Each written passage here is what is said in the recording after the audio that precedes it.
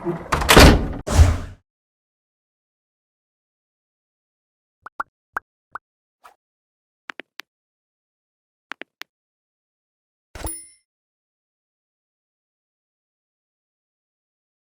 select your own subtitles, please follow the steps. इस scene में आप अलग अलग तरीके के मटेरियल देख पा रहे हैं। इस बॉक्स का फ्रेम गोल्डन कलर का है। इसके अंदर का जो फ्लैट एरिया है वो फुली रिफ्लेक्टेड ग्लास है। इसके साइड में आप येलो कलर का प्लास्टिक टाइप का मटेरियल देख पा रहे हैं। इस ऑब्जेक्ट को हमने येलो मेटेलिक लुक भी दिया है, जो कि आप इस वीडियो में आगे देख पाएंगे।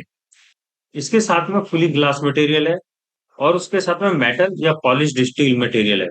और जो लास्ट में आप यहाँ देख रहे हैं, ये एक प्रकार का धुएं का टेक्सचर है, जिसको आप पार्टिकल में यूज करके धुआं बना सकते हैं। इसका कलर चेंज करके आप फॉग की तरह भी इस मटेरियल को यूज कर सकते हैं। तो चलिए, कोशिश यही रहेगी कि अगले 15 मिनट में ये सब मटेरियल बना लें। हमारे देश में बहुत से काबिल बच्चे ऐसे हैं जो पैसे की कमी के कारण कंप्यूटर कोर्स नहीं कर पाते। हम quality detail course free of cost उन्हें उपलब्ध कराना चाहते हैं। यदि आप हमारे वीडियो को पूरा देखते हैं, लाइक करते हैं, सब्सक्राइब करते हैं, तो यूट्यूब के एल्गोरिदम इन वीडियो को उन तक पहुंचा देगी। आपका ये छोटा सा प्रयास बहुत से लोगों की जिंदगी बदल सकता है। इस सीन में कई ऑब्जेक्ट बने हुए हैं। इन्हीं पर मटेरियल को अप्लाई करके उसके पैरामीटर को सेट करेंगे। सबसे पहले इस टॉरस को सिलेक्ट करते हैं। अब मटेरियल एडिटर खोलते हैं। खाली स्थान पर राइट क्लिक करके क्वाड मेनू खोल लेते हैं। मटेरियल में जाते हैं, यहां से वीरे में जाते हैं और इस लिस्ट में से वीरे मटेरियल को सिलेक्ट कर लेते हैं। इस समय मटेरियल एक्टिव है। इसके अलावा सीन में ये ऑब्जेक्ट भी सिलेक्ट है। अब ये मटेरियल इस पर अप्लाई करेंगे। इसके लिए जो बटन है असाइन मटेरियल टू सिलेक्शन, इसे दबा देंगे। अब ये मटेरियल इस सिलेक्टेड ऑब्जेक्ट पर अप्लाई हो गया है।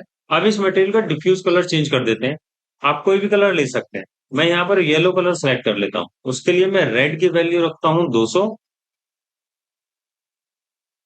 और ग्रीन की वैल्यू रखता हूँ 115। अब इसे ओके कर देते हैं। चलिए, अब एक रेंडर निकालते हैं।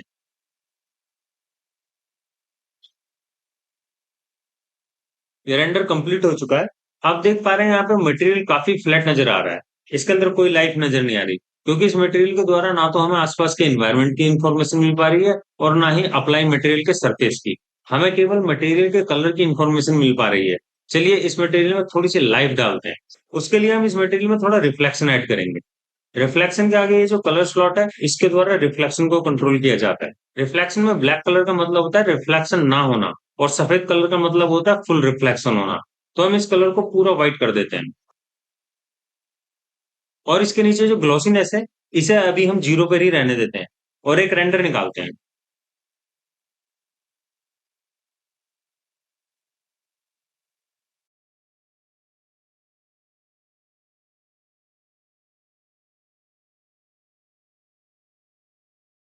रिफ्लेक्शन पूरा बढ़ाने के बाद भी इसमें कोई खास फर्क नजर नहीं आ रहा है। अब आप ग्लॉसीनेस का अमाउंट बढ़ा दीजिए और इसे कर दीजिए 1। रेंडर निकालने से पहले इसके साथ में जो स्पेयर है उसकी भी एक कॉपी ले लेते हैं।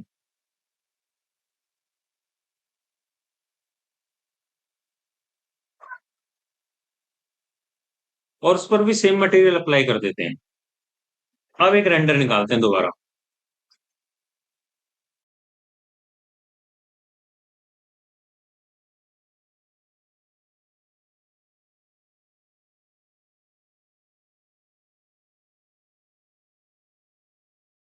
रेंडर कंप्लीट हो चुका है। आपने देखा, जैसे ही हमने ग्लोसीनेस का अमाउंट 0 से बढ़ाकर 1 कर दिया, तो हम रिफ्लेक्शन और ग्लोसीनेस दोनों ही देख पा रहे हैं। हम सेम कॉन्सेप्ट रियल लाइफ में भी देखते हैं। जो सरफेस एकदम ग्लोसी होता है, उस पर रिफ्लेक्शन हम आसानी से देख पाते हैं। हमने अपने सीन में 2 लाइट सोर्स भी लगा रखे हैं, जिनका रिफ्लेक्शन हमें यहाँ दिखाई दे रहा है।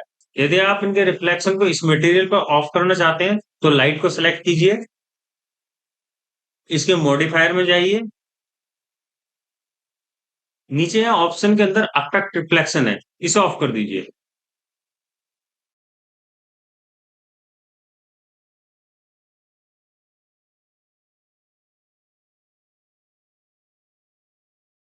अब एक बार फिर रेंडर निकालिए।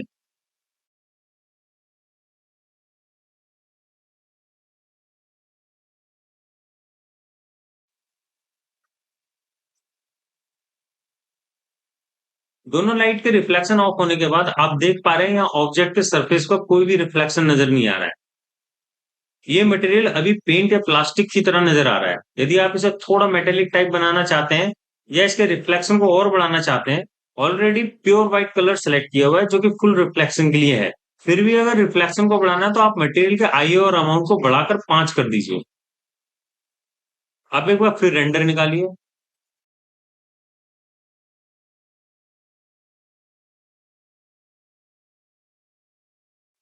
अभी ऑब्जेक्ट मेटेलिक क्रोम टाइप का नजर आ रहा है। आप आईओ और अमाउंट को घटा या बढ़ाकर आरएनडी कर लीजिएगा। चलिए वापस आईओ और अमाउंट को 1.6 कर देते हैं, क्योंकि अभी हम मटेरियल के बेसिक पैरामीटर को ही देख रहे हैं तो इतनी डिटेल में नहीं जाएंगे। हम अभी केवल उन्हीं टॉपिक पर चर्चा करेंगे जो असेंशियल है।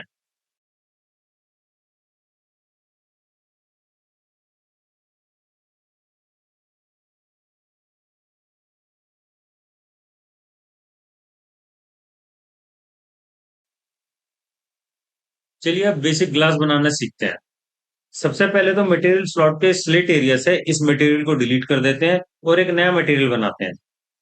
खाली स्थान पर राइट क्लिक करके क्वाड मेन्यू खोलिए, मटेरियल में जाते हैं, यहां से वीरे में जाते हैं और इस लिस्ट में से वीरे मटेरियल को सिलेक्ट कर लेते हैं।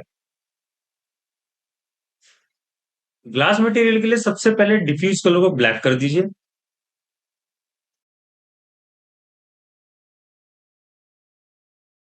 रिफ्लेक्शन का जो कलर है उसे एकदम व्हाइट कर दीजिए। ग्लॉसीनेस 0.8 के आसपास कर दीजिए। अब ये मटेरियल ग्लास बन चुका है, लेकिन ग्लास ब्लैक कलर का है।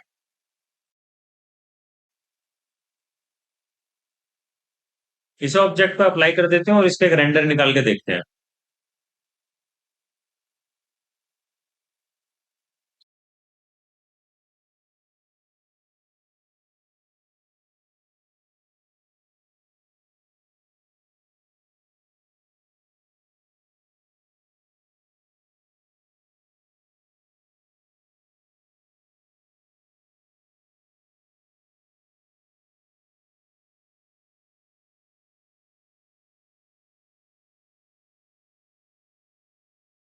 रेंडर कंप्लीट हो चुका है और ये यहाँ एकदम ओपेक ग्लास नजर आ रहा है। चलिए मटेरियल के पैरामीटर में आते हैं। रिफ्रैक्शन में ब्लैक का मतलब होता है एकदम ओपेक और प्योर व्हाइट का मतलब होता है फुल ट्रांसपेरेंट। तो रिफ्रैक्शन के कलर को फुल ट्रांसपेरेंट कर देते हैं और एक रेंडर निकालते हैं।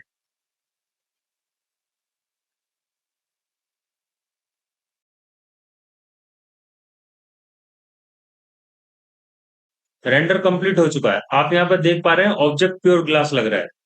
चलिए अब प्योर मेटल स्टील की तरह दिखने वाला एक मटेरियल बनाते हैं।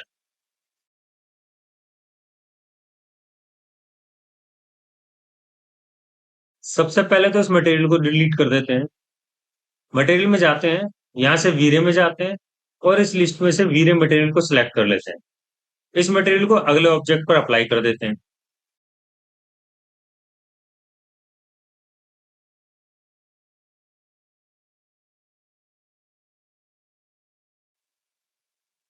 इसका डिफ्यूज कलर कर देते हैं ब्लैक। रिफ्लेक्शन का कलर लगभग व्हाइट के आसपास ले आते हैं। ग्लोसीनेस लगभग 0.85 के आसपास रखते हैं। आईओआर में अमाउंट भर देते हैं 10। अब एक रेंडर निकाल के देखते हैं। अभी एकदम प्योर मेटल दिख रहा है। अगर आप इसके ग्लोसीनेस को वापस एक कर देते हो तो ये फुल रिफ्लेक्टेड हो जाएगा। इसके ग्लोसीनेस को 1 पर सेट करके एक और रेंडर निकाल के देखते हैं।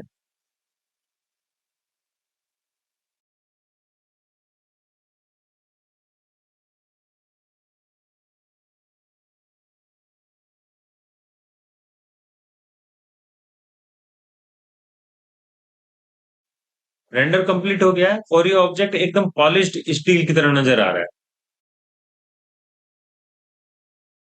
मान लीजिए आपको सीन में कोई धुएं जैसा मटेरियल बनाना है, तो उस मटेरियल की प्रॉपर्टी भी धुएं की तरह होनी चाहिए।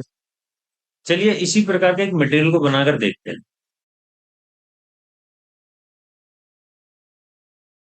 सबसे पहले तो स्लेट एरिया में से इस मटेरियल को डिलीट कर दीजिए।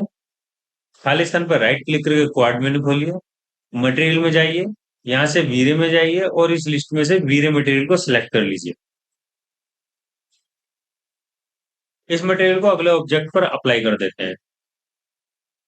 इसका डिफ्यूज कलर ब्लैक कर देते हैं, रिफ्लेक्ट भी ब्लैक कर देते हैं, और रिफ्रैक्ट जो है उस कलर को कर देते हैं व्हाइट। रिफ्रैक्ट का जो IOR है उसे कर देते हैं 1। ट्रांसपेरेंसी में नन की जगह वॉल्यूमेट्रिक सेलेक्ट कर लेते हैं। फॉग कलर में ग्रे शेड का अमाउंट रखते हैं लगभग 200।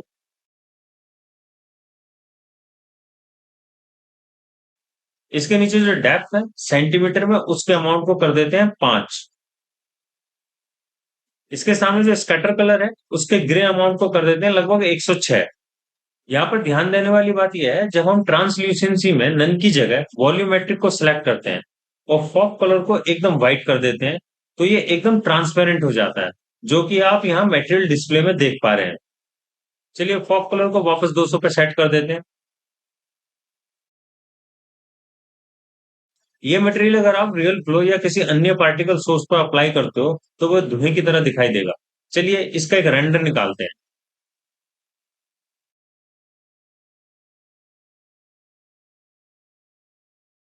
रेंडर कंप्लीट हो चुका है। इसमें आप इस मटेरियल को देख पा रहे हैं कि ये एक प्रकार के धुएं की फील दे रहा है। यदि आपको इस धुएं की थिकनेस को बढ़ाना है या घटाना है तो मटेरियल में जो स्कैटर दिया है उसके कलर के अमाउंट को घटा या बढ़ा सकते हैं।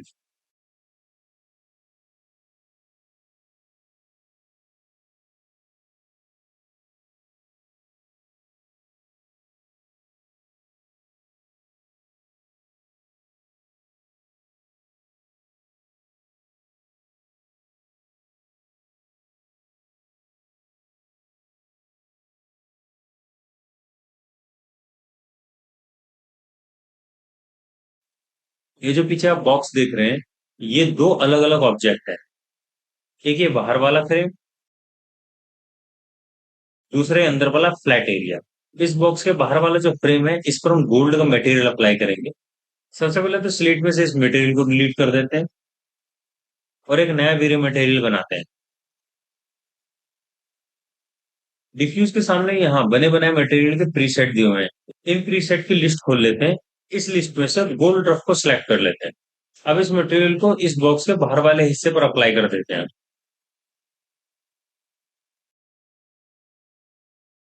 जिस प्रकार से हमने कुछ देर पहले मेटल बनाया था, अगर उस मेटल के डिफ्यूज कलर में आप गोल्ड या येलो कलर सेलेक्ट कर लेते तो वो भी एकदम गोल्ड मेटल ही दिखता। अब इस मटेरियल को यहाँ से डिलीट कर देते हैं। अब इस बॉक्स का ये जो फ्लैट एरिया है इस पर 100% रिफ्लेक्टेड ग्लास बनाना है। इसके लिए एक बार फिर खाली स्थान पर राइट क्लिक करके नया वीरे मटेरियल बना लेते हैं। डिफ्यूज कलर के सामने जो मटेरियल के प्री सेट है उनकी लिस्ट खोल लेते हैं। इसमें से सिल्वर को सिलेक्ट कर लेते हैं। अब ये बॉक्स का जो सरफेस है इसे सिलेक्ट कर लेते हैं। मटेरियल स्लॉट में मटेरियल सेलेक्ट होना चाहिए। अब इस मटेरियल को इस बटन द्वारा अप्लाई कर देते हैं। अब एक रेंडर निकाल लेते हैं।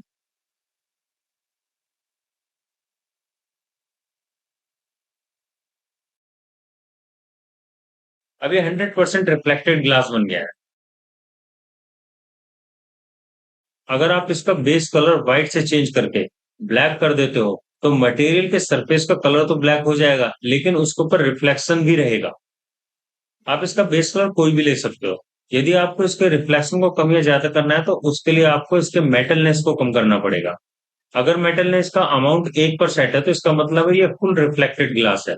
यदि आप इसके मेटलनेस को कम कर देते हो, चलो मेटलनेस के अमाउंट को हम 0.3 कर देते हैं और इसका जो डिफ्यूज कलर था उसे वापस व्हाइट कर देते हैं। अब एक रेंडर निकाल लेते हैं। रेंडर कंप्लीट हो चुका है। हम ये भी नोटिस कर पा रहे हैं कि यहाँ पर रिफ्लेक्शन एकदम कम हो गया है। तो ये सब मटेरियल के असेंशियल बेसिक पैरामीटर थे जिसके बारे में जानना बहुत जरूरी है। मटेरियल में नीचे यहाँ मैप को एक बार खोल लेते हैं।